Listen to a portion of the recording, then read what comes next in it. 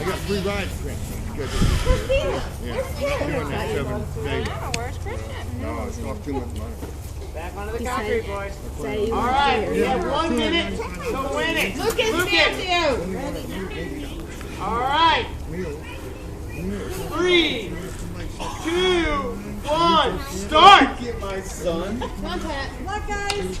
You're a male 30 fingers. Yeah, you did this last year, didn't you? Oh, well. Steven, you have to keep your knees straight.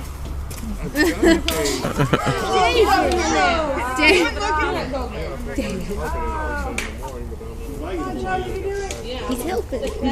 He's one that's very particular about long moves. That's a good thing. He needs to hang out with my kid more often because well, he does it because he wants to be right all the time. 30 seconds. And that can drive you just as crazy as not following them. Because he likes to correct. Actually, no. I'm like, oh no, you don't get to tell me that. Especially when it's curriculum that I teach and I've taught for 14 years. Don't even start. Right. That's when I really get hot. Yeah. When he tries to correct something. 10 seconds. They got 10, 4 foot wide.